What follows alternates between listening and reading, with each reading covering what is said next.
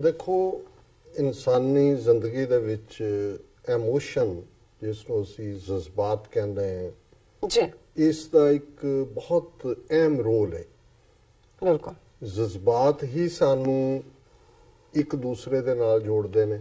ਜੀ ਜਦੋਂ ਅਸੀਂ ਪਿਆਰ ਦੀ ਗੱਲ ਕਰਦੇ ਹਾਂ, ਪਿਆਰ ਵੀ ਅਸਲ ਦੇ ਵਿੱਚ ਜਜ਼ਬਾਤਾਂ ਦਾ ਇੱਕ ਪਾਸੇ ਵੱਲ ਝੁਕਾਅ ਹੁੰਦਾ ਹੈ। ਜੀ ਜਦੋਂ ਅਸੀਂ ਦੁਨੀਆਦਾਰ ਤੇ ਦੀਨਦਾਰ ਦੀ ਗੱਲ ਕਰਦੇ ਹਾਂ, ਬਿਲਕੁਲ ਉਹ ਵੀ ਜਜ਼ਬਾਤਾਂ ਦੀ ਗੱਲ ਹੈ। ਇੱਕ ਉਹ ਨੇ ਜਿਨ੍ਹਾਂ ਦੇ ਜਜ਼ਬਾਤ, ਜਿਨ੍ਹਾਂ ਦਾ ਧਿਆਨ ਖਿਆਲ ਸਿਰਫ ਤੇ ਸਿਰਫ ਆਪਣੇ ਆਪ ਤੇ ਹੁੰਦਾ ਹੈ, ਆਪਣੇ ਪਰਿਵਾਰ ਤੇ ਹੁੰਦਾ ਹੈ, ਜਾਂ ਆਪਣੇ ਕਬੀਲੇ ਤੇ ਹੁੰਦਾ ਹੈ, ਜਾਂ ਆਪਣੇ ਗੁਣਾਂ ਤੇ ਹੁੰਦਾ ਹੈ, ਆਪਣੇ ਸੁਹੱਪਣ ਤੇ ਹੁੰਦਾ ਹੈ, ਆਪਣੀ ਜਵਾਨੀ ਦਾ ਮਾਣ ਹੁੰਦਾ ਹੈ, ਆਪਣੇ ਧਨ ਦਾ ਮਾਣ ਹੁੰਦਾ ਹੈ। ਜੀ ਦੁਨੀਆ ਦੇ ਵਿੱਚ ਬਹੁਤ ਸਾਰੀਆਂ ਚੀਜ਼ਾਂ ਨੇ ਜਿਨ੍ਹਾਂ ਦੇ ਉੱਤੇ ਤੁਸੀਂ, ਜਿਹਨੂੰ ਅਸੀਂ ਕੂੜਾ ਮਾਣ ਕਹਿੰਦੇ ਹਾਂ, ਝੂਠਾ ਮਾਣ ਕਰਦੇ ਹੋ, ਪਰ ਹੁੰਦਾ ਹੈ। ਜੀ ਇੱਕ ਉਹ ਨੇ ਜਿਹੜੇ ਦੁਨੀਆ ਦੇ ਵਿੱਚ ਰਹਿੰਦਿਆਂ ਹੋਇਆਂ ਵੀ ਦੀਨਦਾਰ ਨੇ, ਕਿਉਂਕਿ ਉਹਨਾਂ ਨੂੰ ਜ਼ਿੰਦਗੀ ਦੀ ਹਕੀਕਤ ਦਾ ਪਤਾ ਹੁੰਦਾ ਹੈ ਕਿ ਇਹ ਦੁਨੀਆ ਰੱਬ ਸੋਹਣੇ ਨੇ ਬਣਾਈ ਹੈ, ਸਾਨੂੰ ਇਨਸਾਨੀ ਜ਼ਿੰਦਗੀ ਮਿਲੀ ਹੈ,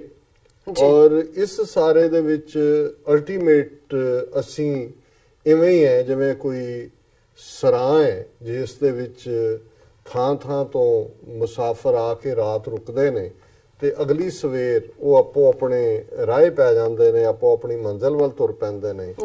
ਇਹ ਦੁਨੀਆ ਮੁਕਾਮੇ ਫਾਨੀ, ਜਿਹਨੂੰ ਗੁਰੂ ਨਾਨਕ ਸਾਹਿਬ ਨੇ ਫਰਮਾਇਆ ਸੀ ਕਿ ਦੁਨੀਆ ਮੁਕਾਮੇ ਫਾਨੀ ਤਹਿਕੀਕ ਦਿਲਦਾਨੀ, ਕਿ ਇਸ ਗੱਲ ਨੂੰ ਤਹਿਕੀਕ ਕਰਕੇ ਆਪਣੇ ਮਨ ਦੇ ਵਿੱਚ ਮੰਨ ਲੈ ਕਿ ਦੁਨੀਆ ਜਿਹੜੀ ਹੈ ਇਹ ਫਾਨੀ ਹੈ, ਦੁਨੀਆ ਮੁਕਾਮੇ ਫਾਨੀ, ਇਹ ਫਨਾ ਹੋਣ ਵਾਲੀ ਹੈ। ਸੋ ਜ਼ਾਹਿਰਾ ਤੌਰ ਦੇ ਉੱਤੇ ਜਦੋਂ ਅਸੀਂ ਸੱਚ ਔਰ ਕੂੜ ਦੀ ਗੱਲ ਦੇਖਦੇ ਹਾਂ, ਇਹ ਵੀ ਇਸ਼ਕ ਹਕੀਕੀ ਔਰ ਦੂਸਰੇ ਦੇ ਨਾਲ ਜੁੜਿਆ ਹੋਇਆ ਸਾਡਾ ਪਾਰਟ ਹੀ ਹੁੰਦਾ ਹੈ, ਜਿਸ ਦੀ ਅਸਲ ਦੇ ਵਿੱਚ ਸਾਡੀ ਅੰਦਰ ਲੜਾਈ ਵੀ ਚੱਲ ਰਹੀ ਹੁੰਦੀ ਹੈ। ਔਰ ਇਸ ਸ਼ਬਦ ਦੇ ਵਿੱਚ ਉਸ ਨੇਹ ਦੀ ਗੱਲ ਹੈ ਕਿ ਜਿਨ੍ਹਾਂ ਨੇ ਉਸ ਨਿਰੰਕਾਰ ਦੇ ਨਾਲ ਅਸਲ ਇਹ ਪਿਆਰ ਪਾਇਆ ਹੋਇਆ, ਜਿਹਨੂੰ ਇਸ਼ਕ ਹਕੀਕੀ ਕਹਿੰਦੇ ਨੇ।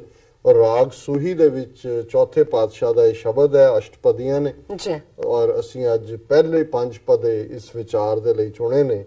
ਔਰ ਇਹ ਹੈ, ਅੰਦਰ ਸੱਚਾ ਨੇਹੋ ਲਾਇਆ ਪ੍ਰੀਤਮ ਆਪਣੇ, ਤਨ ਮਨ ਹੋਏ ਨਿਹਾਲ ਜਾਂ ਗੁਰ ਦੇਖਾ ਸਾਹਮਣੇ, ਕਿ ਜਿਹੜੇ ਮੇਰੇ ਅੰਦਰ ਪ੍ਰੀਤ ਹੈ, ਜੋ ਮੈਂ ਰੱਬ ਵੱਲ ਝੁਕਾਅ ਰੱਖਦਾ, ਰੱਬ ਦੇ ਨਾਲ ਮੁਹੱਬਤ ਕਰਦਾ, ਰੱਬ ਦੇ ਨਾਲ ਆਪਣਾ ਹਿੱਤ ਹੈ ਮੇਰਾ, ਮੈਂ ਜੁੜਿਆ ਹੋਇਆ ਅੰਦਰ ਸੱਚਾ ਨੇਹੋ। ਇਹ ਜਿਹੜਾ ਸੱਚਾ ਪਿਆਰ ਹੈ, ਸੱਚਾ ਹਮੇਸ਼ਾ ਰੱਬ ਨਾਲ ਹੀ ਹੁੰਦਾ ਹੈ।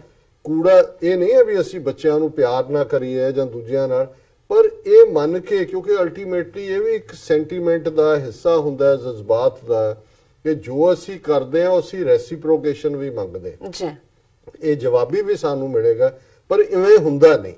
ਬਹੁਤ ਵਾਰ ਦੁਨੀਆ ਦੇ ਵਿੱਚ, ਕਿਉਂਕਿ ਮਨੁੱਖੀ ਵਜੂਦ ਦੇ ਨਾਲ ਜੁੜਿਆ ਹੋਇਆ ਸੈਲਫ ਹੈ, ਜਿਹਨੂੰ ਮੈਂ, ਔਰ ਉਹਦੇ 'ਚ ਜਦੋਂ ਮੈਂ ਆ ਜਾਂਦੀ ਹੈ, ਫਿਰ ਕਈ ਵਾਰ ਪਤਨੀ ਵੀ ਗੈਰ ਹੈ, ਬੱਚੇ ਵੀ ਗੈਰ ਨੇ, ਦੂਜਾ ਵੀ, ਉੱਥੇ ਤੁਸੀਂ ਸੈਲਫ ਨੂੰ ਅੱਗੇ ਤੋਰਦੇ ਹੋ।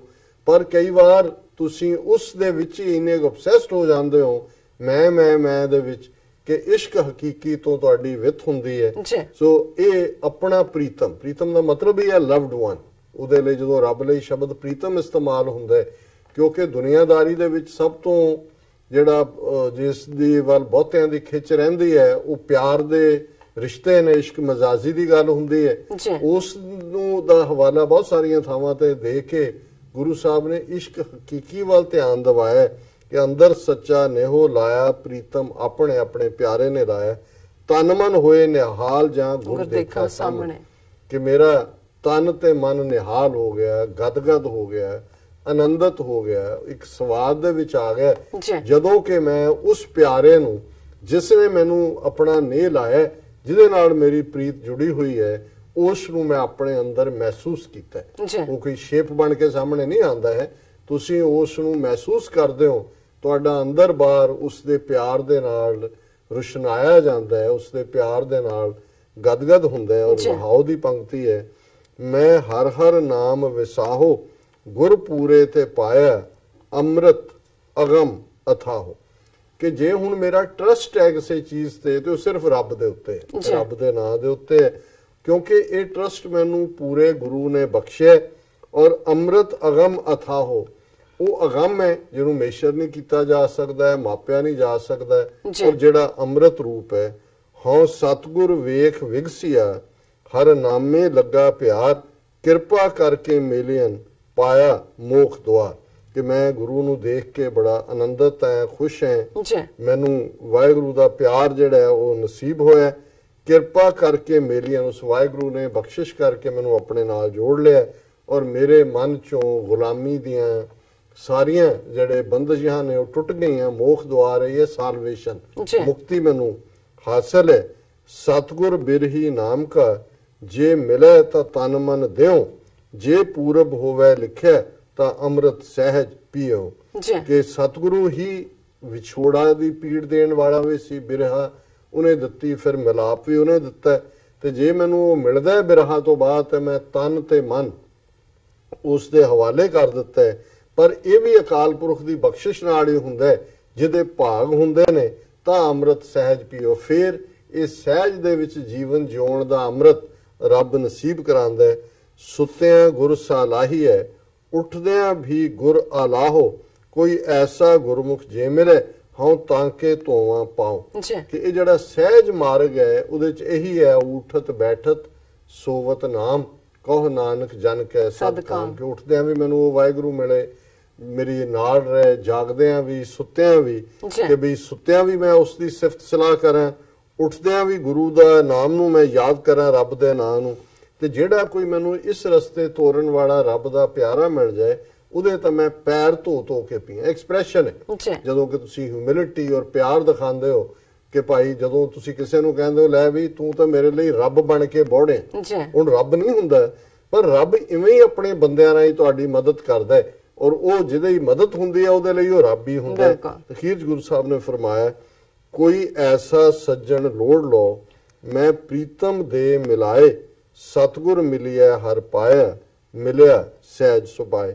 ਕਿ ਭਾਈ ਕੋਈ ਐਸਾ ਪਿਆਰਾ ਜਿਹੜਾ ਮੈਨੂੰ ਮੇਰੇ ਪਿਆਰੇ ਦੇ ਨਾਲ ਮਿਲਾ ਦੇ, ਔਰ ਮੈਂ ਜਦੋਂ ਸਤਿਗੁਰੂ ਦੇ ਨਾਲ ਮੇਰਾ ਮਿਲਾਪ ਹੋਇਆ, ਉਸ ਨੇ ਰੱਬ ਦਾ ਦਰਵਾਜ਼ਾ ਦੱਸਿਆ ਔਰ ਸਹਿਜ ਦੇ ਨਾਲ ਸੁਭਾਏ, ਪਿਆਰ ਦੀ ਬਦੌਲਤ, ਉਸ ਪ੍ਰੀਤ ਦੀ ਬਦੌਲਤ ਉਸ ਨਿਰੰਕਾਰ ਦੇ ਨਾਲ ਮੇਲ ਹੋਇਆ। ਇਹ ਅੱਜ ਦਾ ਤੁਹਾਡਾ ਬਹੁਤ ਬਹੁਤ ਸ਼ੁਕਰੀਆ। ਤੁਸੀਂ ਅੱਜ ਦੇ ਅਹਿਮ ਇਸ਼ੂ ਤੇ ਅੱਜ ਦਾ ਵਿਚਾਰ ਸਾਡੇ ਦਰਸ਼ਕਾਂ ਨਾਲ ਸਾਂਝਾ ਕੀਤਾ। ਅਸਨਾ ਆਪਣੀ ਵਿਊਜ਼ ਕੋਲ ਨੇ ਇਜਾਜ਼ਤ। ਵਿਊਅਰਸ, ਸਾਡੇ ਪ੍ਰੋਗਰਾਮ ਦਾ ਸਮਾਂ ਇੱਥੇ ਸਮਾਪਤ ਨਾ। ਤੁਸੀਂ ਆਪਣੀ ਰਾਏ ਤੇ ਸੁਝਾਅ ਸਾਨੂੰ ਭੇਜਣਾ ਭੁੱਲਣਾ। ਸਾਡੇ ਇਸ ਪਤੇ ਤੇ sos@tv84.tv ਤੇ ਅਸੀਂ ਆਪਣਾ ਪ੍ਰੋਗਰਾਮ ਲੈ ਕੇ ਫਿਰ ਦੁਬਾਰਾ ਤੁਹਾਡੇ ਸਾਹਮਣੇ ਮੁੱਖ ਹੋਵਾਂਗੇ। ਤਦ ਤੱਕ ਲਈ ਮੈਨੂੰ ਤੇ ਆਪਣੇ ਦਰਸ਼ਕਾਂ ਨੂੰ ਆਗਿਆ ਦਿਓ। ਦੇਖਦੇ ਰਹੋ TV84। ਬੁਲਾ ਦਿਓ ਫਤਿਹ। ਵਾਹਿਗੁਰੂ ਜੀ ਕਾ ਖਾਲਸਾ, ਵਾਹਿਗੁਰੂ ਜੀ ਕੀ ਫਤਿਹ।